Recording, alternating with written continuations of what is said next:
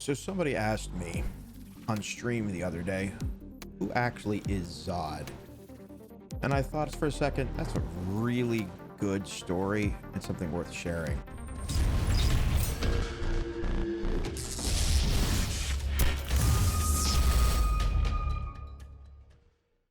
So the origin of Zod, I guess, as a character goes back to Everquest. So we're talking late 90s.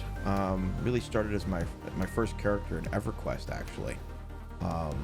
He was a dark elf necromancer, drow, for those in the know with this R.A. Salvatore. You know, the white hair. It started out there. And actually, one of my really good friends actually gave me the name. And it's a bit of a play on General Zod from Superman 2. The obviously spelled very differently. Zod in movies, Z-O-D. This is Z-H-O-D-D. Interesting name. You know, Z's. And it really worked for a dark elf because you have a lot of Z's in those types of names. So this is a character that obviously I've been playing for quite a while. In pretty much every game I've played. So I think this is an interesting segue because we'll probably go from here. I want to talk about maybe do a look back on Everquest itself. I think that could be highly entertaining about where that went. But that is the origin of Zod. What about you guys? What about the characters? Do you guys have a favorite character name? Handle, I guess you'd call them. Nom de plume, alias. Something you played in like Dungeons and Dragons games. I had another name that I tend to use for like alts and things, Gizawidget.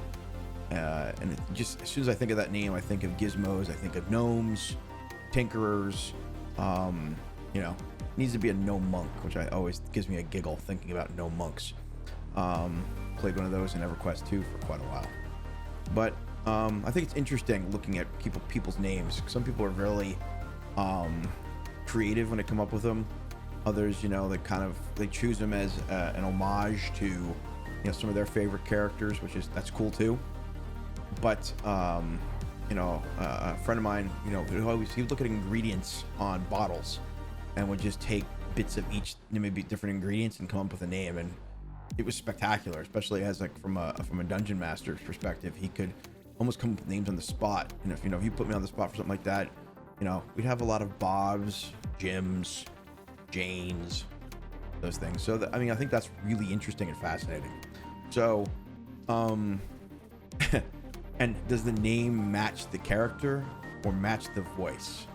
Because I think we all get an idea in our head, especially more so pre the idea of like TeamSpeak, Discord, things of that nature, what people would sound like. And it's very interesting now where voice chat, say now, but in the last so many years, where voice chat is so prevalent, and hearing people, and you're just like, I did not expect you to sound like that.